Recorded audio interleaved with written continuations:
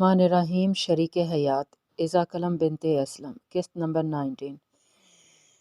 سفید سوٹ پر دھانی آنچل، سرمے سے بھری آنکھیں، کھلے بال اور ہاتھوں میں امرود دیکھ کر کنزا لگتا ہے پہلی دفعہ ٹیوبل دیکھا ہے۔ سفیان نے آنکھوں سے کیمرہ ہٹا کر کناتوز نظروں سے زیبو کو دیکھا جو اپنی سہیلی کے ساتھ آج پھر باغ میں گھسی ہوئی تھی۔ ہادی ابھی بھی ساکن اسے دیکھے جا رہا تھا جو سفیان کو اس سے دیکھتا پا کر وہاں سے چلی گئی تھی۔ ہادی کی نظروں نے اس کا دور تک تعاقب کیا تھا۔ ہادی ہادی سفیان کے پکارنے پر وہ بکھلا سا گیا تھا۔ یہ کون تھی؟ یہ روبا بھابھی کی بہن تھی۔ اس کے چہرے پر چمک آ گئی تھی۔ نام کیا ہے ان کا؟ زیبو، میرا مطلب ہے زیبا۔ گیلے کپڑوں سمیت وہ ٹیوبل سے باہر آیا تھا۔ چلو گھر چلیں، لیکن ابھی تو آدھا گاؤں بھی نہیں ہوا۔ بس جتنا دیکھ لیا ہے، اس سے آگے اب دیکھا بھی نہیں جانا۔ کیمرہ اس کے ہاتھ سے لیتے وہ کھوئے کھوئے انداز سے آگے بڑھ رہا تھا۔ کھیتوں میں چاروں سو اسے اب بھی وہ گونج سنائی دے رہی تھی۔ چمکتی دھوپ میں دنک کی طرح اس کا آنچل لہراتا نظر آ رہا تھا۔ اس نے دل پر ہاتھ رکھ کر گہرا سانس لیا۔ اوے حوصلہ، سنو، مجھ سے ناراض نہ ہونا، کہیں خاموشیاں آشیانہ نہ کر لیں کہ وہ تو بدگمانی کا سماں ہوتی ہیں نا۔ میرے آنسوؤں کو یوں بے مول نہ کرنا، محبت کی زبانیں ٹال مٹول نہ کرنا کہ رنجشیں جدائیوں کا جہاں ہوتی ہیں نا۔ میری پاکیزگی کا عکس ہے آنکھیں میری کہ اس کی بنجر زمیں پر کسی کے قدموں کے نشان نہیں تمہارے سوا، مگر تمہارے یوں رخ پھیرنا خوف دیتا ہے۔ بے رخی تو بے وفائی کی زباں ہوتی ہے نا۔ سنو، مجھ سے ناراض نہ ہونا، کہیں خاموشیاں آشیاں نہ کر لیں کہ وہ تو بدگمانیوں کا جہاں ہوتی ہیں نا۔ ندیم ناشتے کی ٹیبل پر ٹوسٹ پر جیم لگا رہا تھا کہ وہ حسرت سے اسے دیکھ رہی تھی۔ پچھلے ہفتے ان کی شادی کی سالگرہ تھی۔ اس نے پورا ارینجمنٹ کیا تھا، گفٹ لیا تھا، مگر وہ بھول گئی۔ شاہ کے ساتھ سو گئی اور وہ انتظار کرتا رہ گیا، اور اس دن سے آج تک وہ اس سے بات نہیں کر رہا تھا۔ اگلی صبح اس کے کمرے کی ارینجمنٹس کارڈز گفٹ دیکھ کر وہ کتنی دیر روتی رہی تھی، اپنی یادداشت کا ماتم کرتی رہی تھی۔ آج کتنی کوششوں میں آج ایک اور کوشش کی تھی۔ انڈے کا حلوہ بنا کر وہ چائے پی رہا تھا۔ حلوہ کھانا تو دور، اسے دیکھا بھی نہیں۔ ندیم، حلوہ نہیں کھایا، بالکل ویسا ہے جیسا آپ کو پسند ہے۔ من نہیں ہے۔ چائے کا کپ رکھ کر وہ اوورال اٹھاتا اور جانے لگا جب اس نے ہاتھ پکڑ لیا۔ اس نے گردن گھما کر اسے دیکھا جو آنکھیں کھارے پانی سے بھری بیٹھی تھی۔ سوری ندیم، اس نے نرمی سے اس کا ہاتھ ہٹایا۔ گیسٹ روم تیار کروا دینا، حیدر اور اس کی وائف یہیں رہیں گے، اور میں نے کروا دیا ہے۔ Nadeem, I am sorry. اس کا راستہ روکنے سے اسے لگتا تھا شاید وہ رک جائے، مگر اسے ایک طرف کھسکا کر وہ دروازے سے باہر نکل گیا تھا۔ وہ پیچھے روتی رہ گئی تھی۔ گاڑی میں بیٹھ کر اس نے سر پیچھے سیٹ سے ٹکا کر آنکھیں موند لی تھیں۔ بند آنکھوں سے آنسو نکل کر کالر میں جذب ہو گئے تھے۔ تم بھول چکی ہو نازی کہ تم میری محبت تھی۔ تم مجھے بھول گئی۔ خود کو کمپوز کرتا وہ ہاسپٹل کے لیے نکل گیا تھا۔ اسے لگ رہا تھا شاید نازی اور اس کی زندگی پہلے جیسی کبھی نہیں ہوگی۔ نازی کو کبھی احساس نہیں ہوگا وہ شاہ میں کس قدر مصروف ہو گئی ہے کہ اپنے شوہر کو بھول گئی ہے، مگر شاید کوئی تھا جو آ رہا تھا ان کے رشتے کی گرہیں کھولنے۔ وہ آدھے گھنٹے سے پریشانی میں فون کو گھور رہی تھی جہاں سفیان کی والدہ کی کال بند ہوئی تھی۔ اسے بہت تیز بخار تھا اور زکام بھی۔ بدلتے موسم نے اسے اپنی زد میں لے لیا تھا، اس لیے آج وہ نہیں آ سکتا تھا۔ ایسا پہلی بار ہوا تھا۔ عاشر صاحب بھی پچھلے 2 دن سے گاؤں سے باہر تھے۔ اس نے 2-3 ہاسپٹل فون کیا، مگر کوئی بھی میل نرس موجود نہیں تھا۔ اس نے ایک نظر سوتے ہوئے حیدر کو دیکھا جس کے اٹھنے میں کچھ ہی وقت رہ گیا تھا۔ اس نے جو سوچا تھا وہ اس کے لیے کبھی نہ مانے گا۔ وہ کبھی اپنا بوجھ روبا پر ڈالنے کے لیے نہیں ماننے والا تھا۔ گہرا سانس لے کر اس نے کھڑکی سے پردے ہٹائے۔ کھڑکیاں کھولیں تو بے چین سورج کی کرنیں حیدر کا ماتھا چومنے اسے گدگدانے پہنچ گئی تھیں۔ چہرے پر ہاتھ رکھتے اس نے آنکھیں کھولی تو سنہری روشنی میں روبا کا مسکراتا چہرہ نظر آیا۔ Good morning Haider. مسکرا کر اس نے اصابت میں سر ہلا کر ویل چیئر گھسیٹتی اس کے قریب آئی۔ بیک گراؤنڈ سے اس کی ٹیک لگوائی۔ جمائی لیتے اس نے بالوں پر اوپر کی جانب ہاتھ پھیرا تو وہ پھر بکھر کر ماتھے پر آ گئے۔ وہ سر جھکائے اپنے پیروں کو دیکھ رہی تھی۔ کیا ہوا روبا، کوئی بات ہے؟ حیدر، وہ سفیان بیمار ہے اور ہادی عاشر انکل کے ساتھ گاؤں سے باہر ہے، شام تک آئیں گے۔ تو کیا؟ اس نے آنکھیں سکیڑ کر اسے دیکھا۔ تو آج آپ کے سارے کام میں کروں گی، میں آپ کو واش روم لے جاؤں گی۔ نہیں، کبھی نہیں۔ اس کی کراہت آواز پورے کمرے میں گونج رہی تھی، جو اسے کانپنے پر مجبور کر گئی۔ وہ نہ جانے کس کس کا فون ملا رہا تھا، ہر طرف سے نہ ہی تھی، کوئی بھی میل نرس نہیں مل رہا تھا۔ اس نے بھی اسے کوششوں سے نہیں روکا۔ تقریباً پونے گھنٹے بعد وہ پھر اس کے قریب آئی۔ ربا دور رہیں۔ چند لمحے وہ اس کے چہرہ دیکھتی رہی، پھر کمرے سے چلی گئی۔ اس کے جانے کے بعد اس نے فون زمین پر پٹک دیا۔ نہ جانے کیوں آج اتنے مہینوں بعد وہ پھر ٹوٹ رہا تھا۔ محتاجی اپنا آپ دکھانے آ گئی تھی۔ اس کا دل کر رہا تھا شرمندگی سے ڈوب مرے۔ انہی سوچوں میں گم اس نے دروازے کی جانب دیکھا، جہاں مالی روبا کے ساتھ چلا آ رہا تھا۔ صاحب کو ویل چیئر پر بٹھانے میں مدد کرو۔ ویل چیئر کی پوزیشن سیٹ کرنے پر وہ اس کی سر کی طرف آئی تھی۔ روبا، میں نے منع کر دیا۔ رفیق بھائی مضبوط ہاتھوں سے پکڑیے گا۔ اس نے گھور کر رفیق کو دیکھا، جو کمبل ہٹا کر اسے اٹھانے کی تیاری کر رہا تھا۔ اس کے لاکھ انکار کے باوجود بھی انہوں نے اسے ویل چیئر پر شفٹ کر لیا تھا۔ شکریہ رفیق بھائی، کوئی بات نہیں، ضرورت ہے تو مجھے بتا دیں، میں گھر دیر سے چلا جاؤں گا۔ نہیں ضرورت نہیں، آپ جائیں، میں دیکھ لوں گی۔ مسکرا کر وہ پلٹا۔ کتنی نیک بیوی ہے۔ وہ اسے گھسیٹتی واش روم میں لے آئی، جو منہ پھلا کر بیٹھا تھا۔ حیدر، روبا بس بہت ہو گیا۔ جب منع کیا تھا تو کیا ضرورت تھی میرا بوجھ اٹھانے کی؟ حیدر، آپ بوجھ نہیں ہیں، مجھ پر میری ذمہ داری ہے۔ وہ جھک کر اس کی شرٹ کے بٹن کھولنے لگی تو اس نے ویل چیئر پیچھے دھکیل دی۔ بیٹھ جائیں، میں کر لوں گا۔ حیدر، کیا بچوں کی طرح ضد کر رہے ہیں؟ وہ اس کی جانب بڑھی تو وہ پیچھے کھسکنے لگا، مگر اس بار روبا نے ویل چیئر ہی پکڑ لی۔ پھر اس کے انکار کے باوجود اس نے اس کا ہر کام کیا تھا، اس کے کپڑے تک بدلنے میں اس کی مدد کی تھی۔ اس دوران وہ بس شرمندگی سے سر جھکائے بیٹھا تھا، اور یہ بات روبا کو اندر سے تکلیف دے رہی تھی۔ اسے شرمندگی کے ساتھ شرم بھی آ رہی تھی، جو شاید آنسو بن کر آنکھوں کے کناروں پر پہنچ گئی تھی۔ اسے فریش کروانے کے بعد وہ کمرے کی جانب آئی۔ بیڈ شیٹ تبدیل کرنے کے بعد وہ اس کی جانب مڑی تو ابھی بھی منہ لٹکائے بیٹھا تھا۔ حیدر، ہو گیا، چلیں آپ کو بیڈ پر شفٹ کرا دوں؟ میں ٹھیک ہوں یہیں۔ مگر وہ ویل چیئر بیڈ تک لائی، آرام سے اس کے پیر پائیدان سے اتار کر زمین پر رکھے۔ روبا، آپ اکیلے نہیں۔ یہ بات مکمل ہونے سے پہلے ہی وہ اس کے منہ پر ہاتھ رکھ چکی تھی۔ گھٹنوں کے بل بیٹھ کر اس نے چہرہ اس کے برابر کیا اور محبت سے اس کے ماتھے کو چھوا۔ حیدر، میں کر لوں گی۔ آپ کو پتہ ہے مجھے آج کتنی خوشی ہوئی آپ کی خدمت کر کے۔ آج میں اپنے آپ کو آپ کی بیوی محسوس کر رہی ہوں، ورنہ جب میں آپ کا کوئی بھی کام نہیں کر پاتی تھی مجھے اجنبی محسوس ہوتا ہے۔ ویسے بھی محبت میں تو سب کرنا پڑتا ہے نا۔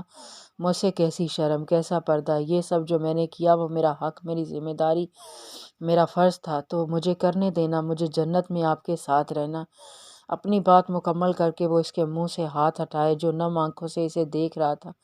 لیکن اس کا مطلب یہ نہیں کہ تم میری گندگی اٹھاؤ، میرا وزن اٹھاؤ۔ اگر مجھے سنبھالتے تمہیں چوٹ لگ جاتی تو تمہیں مرہم لگواتی، آپ سے اپنا سر دبواتی، ٹانگیں دبواتی، آپ کے بازو پر سر رکھ کر اتنا سوتی کہ وہ درد سے کراہ اٹھتے، وہ پھر بدلہ لیتی۔ مگر ہائے رے قسمت، کچھ نہیں ہوا، پیر بھی نہیں پھسلا۔ اس نے ایک حسرت سے آہ بھری، وہ بس دیکھتا رہ گیا، جو ہر بات کتنی آسانی سے بدل جاتی تھی۔ مجھے گھورنا ہی ہے یا ناشتہ بھی کرنا ہے؟ اپنی پوری ہمت سے اس نے اٹھا کر بیڈ پر بٹھایا، پھر پیر اٹھا کر بیڈ پر رکھنے کے بعد اس کو سیدھا کیا۔ وہ بیڈ گراؤنڈ سے ٹیک لگا دی تھی، پھر ہاتھ جھاڑتے گہری سانس خارج کرے وہ ہنس کر اسے دیکھا میں نے کر لیا نا، مگر دیکھیں پھر کچھ نہیں ہوا۔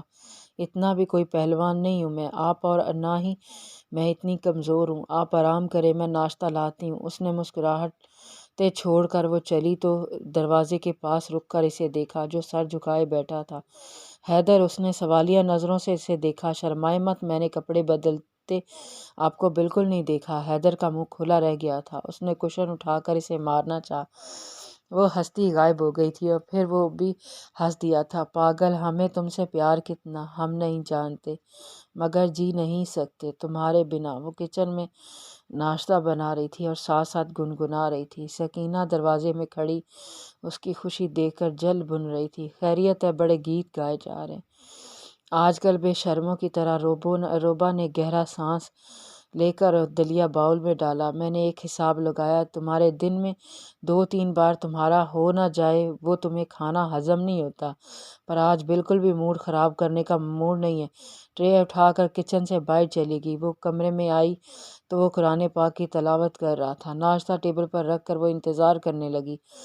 وہ دن بدن اچھا ہوتا جا رہا تھا۔ کملایا سا چہرہ اب کھلا کھلا فریش رہتا تھا۔ ہونٹوں پر ایک مستقل مسکراہٹ نے احاطہ کر لیا تھا۔ وہ باتیں سنانے لگا تھا۔ روبا اور اس کی نوک جھوک ہونے لگی تھی۔ روبا اسے تنگ کرتی تو وہ مصنوعی اور کبھی کبھی اصلی غصہ بھی کرتا تھا۔ وقت سب سے بڑا مرہم ہوتا گزرتا جاتا ہے اور وقت کے ساتھ ہر زخم بھر کر ماندمیل ہو جاتا ہے۔ یہ 2.5 مہینے روبا کے لیے 250 سال کی مانند گزرے تھے۔ وہی جانتی تھی کہ اس نے کیسے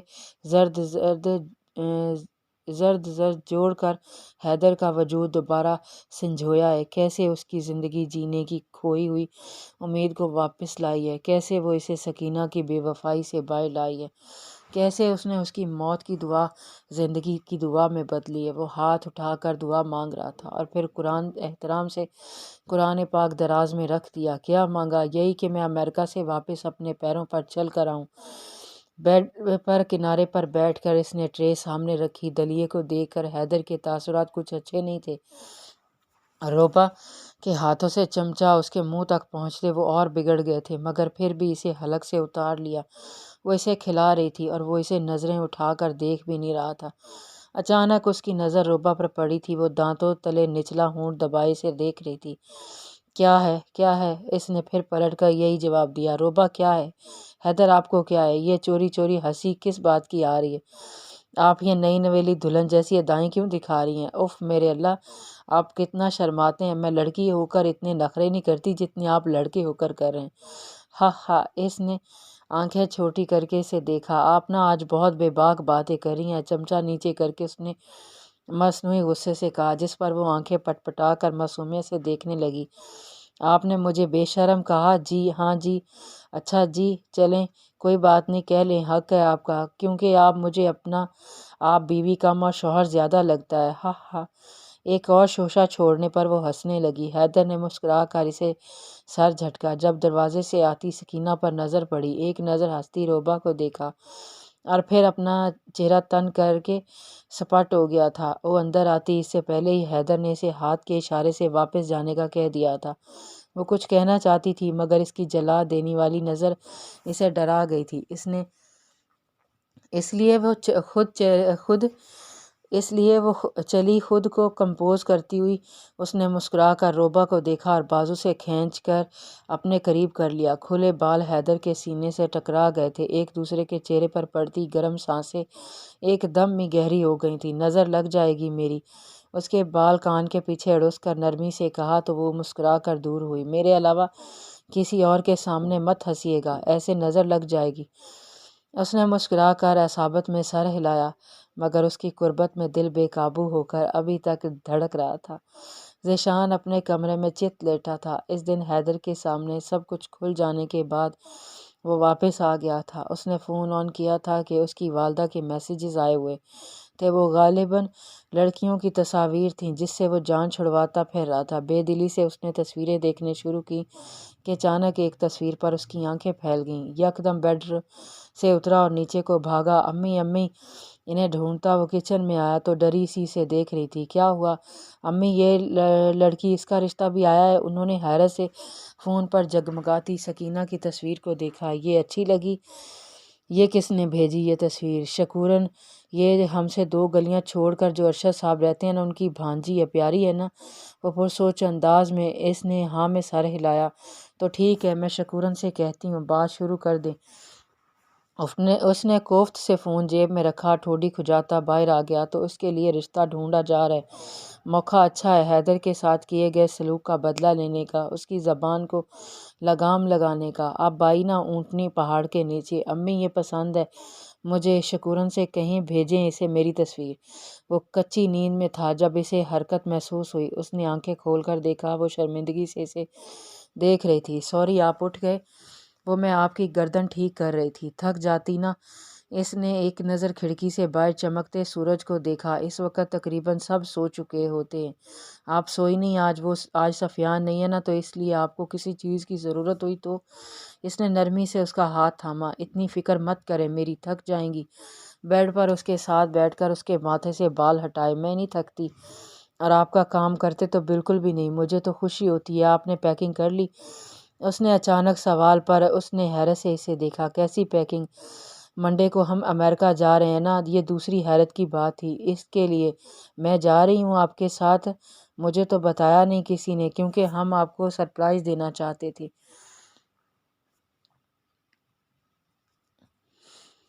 روبا بھابھی، ان دونوں نے دروازے کی جانب دیکھا، جہاں ہادی ہاتھوں میں چند کاغذات پکڑے کھڑا تھا۔ یہ لیں آپ کا ویزا اور پاسپورٹ۔ اسی معاملے سے ہم 2 دن سے شہر گئے تھے، تاکہ جس دن جانا ہو اس دن آپ کو بتایا جائے کہ آپ حیدر بھائی کے ساتھ ان کی گارڈین کے طور پر جا رہی ہیں۔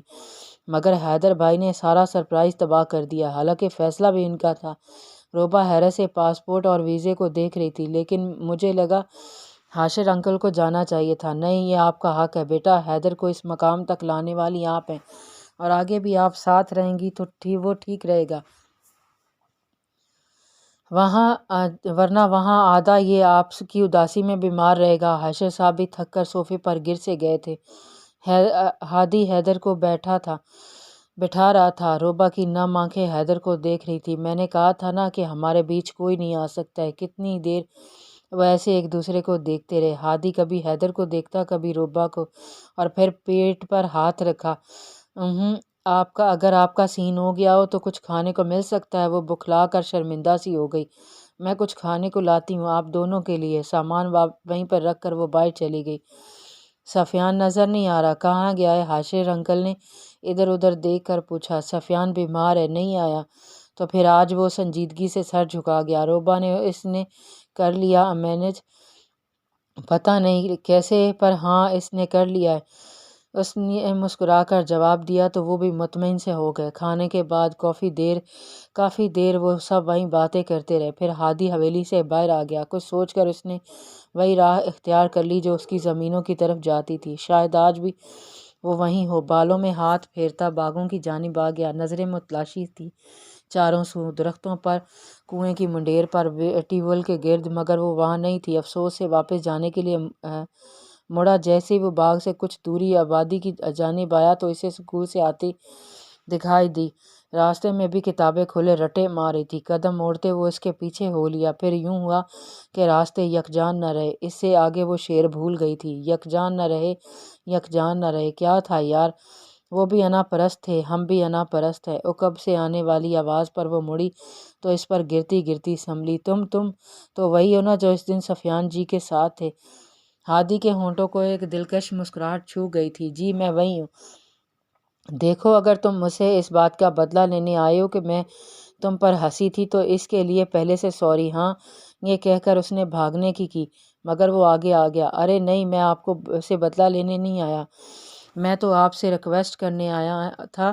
ویسے بائی دی وے میرا نام ہادی ہے اور میں روبا بھابھی کا دیور ہوں۔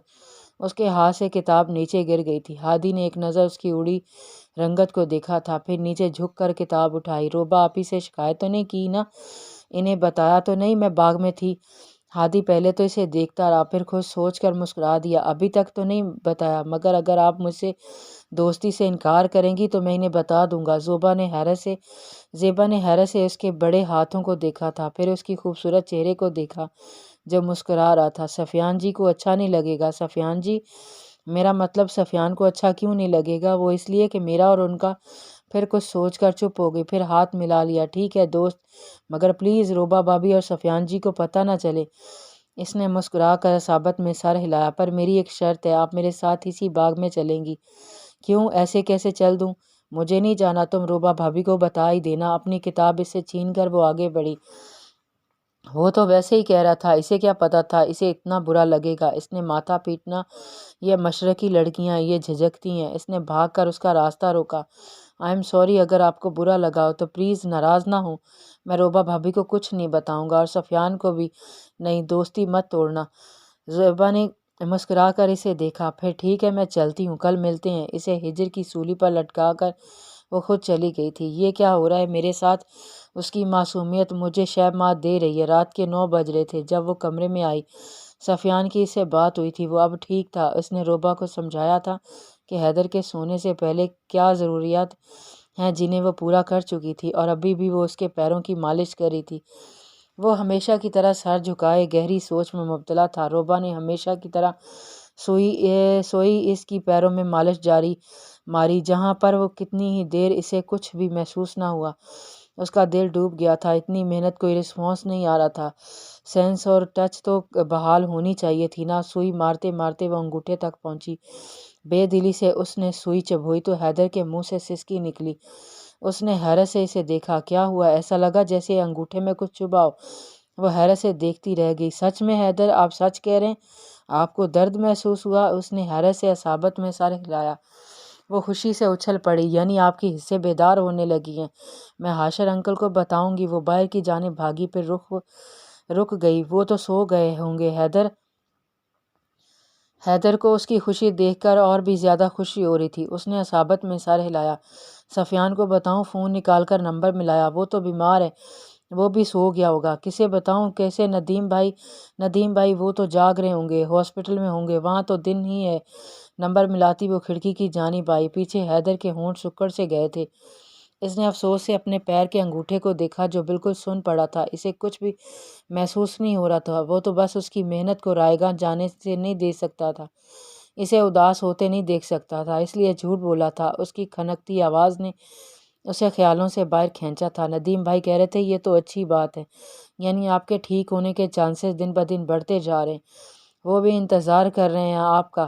آج میں بہت خوش ہوں۔ اچھا یہ بتائیں، جب چلنے لگیں گے تو سب سے پہلے کہاں چل کر جائیں گے؟ ارے میں بھی پاگل ہوں، آپ تو اپنے امی ابو کی قبر ہی پر جائیں گے نا، اور اس کے بعد آپ اپنے دوستوں سے ملیں گے۔ اور اس نے جوش سے اس کا ہاتھ پکڑا۔ اور ہم پورا گاؤں گھومیں گے۔ اور اس کے بعد اچانک اس نے اس کے لبوں پر ہاتھ رکھا تھا۔ جب میں چلنے لگوں گا اسے اپنے پہلے قدم آپ کی جانب لوں گا۔ اس نے محبت سے اس کے بال چہرے سے پیچھے کیے۔ ہر وقت بکھیرے کیوں رکھتی ہیں انہیں؟ دراز میں سے کنگھا نکال کر اسے گھومنے کا اشارہ کیا اور اس کے بال بنانے لگا۔ میں جب چلنے لگوں گا تو پہلا قدم میں آپ کی جانب لوں گا۔ میں جب اس کا شکریہ ادا کرنے کے لیے پہلا قدم میں آپ کی جانب لوں گا، اور اس کا شکریہ ادا کرنے کے لیے جس نے مجھے چلنے کے قابل بنایا، جس نے مجھے میری اہمیت بتائی، جس نے مجھے جینا سکھایا۔ میں پہلا قدم رباشا حیدر رضا کی طرف لوں گا۔ بال سمیٹ کر ٹھوڑی تک کندھوں پر رکھ کر اس نے محنت سے محبت سے اس کی گال کو چھوا تو اس نے گھوم کر چہرہ اس کے سینے میں چھپا لیا، جس پر وہ کھلکھلا کر ہنس دیا۔ دوبارہ سوئیاں مت چبھوئیے گا، اب درد ہوتا ہے مجھے، ایویں اپنی میڈیکل سائنس کے تجربے مجھ پر کرتی رہتی ہیں۔ اس نے مسکرا کر اپنے آنسو صاف کیے۔ سب ٹھیک ہوتا جا رہا ہے، مگر شاید ابھی کچھ دیر تھی۔ جاری ہے۔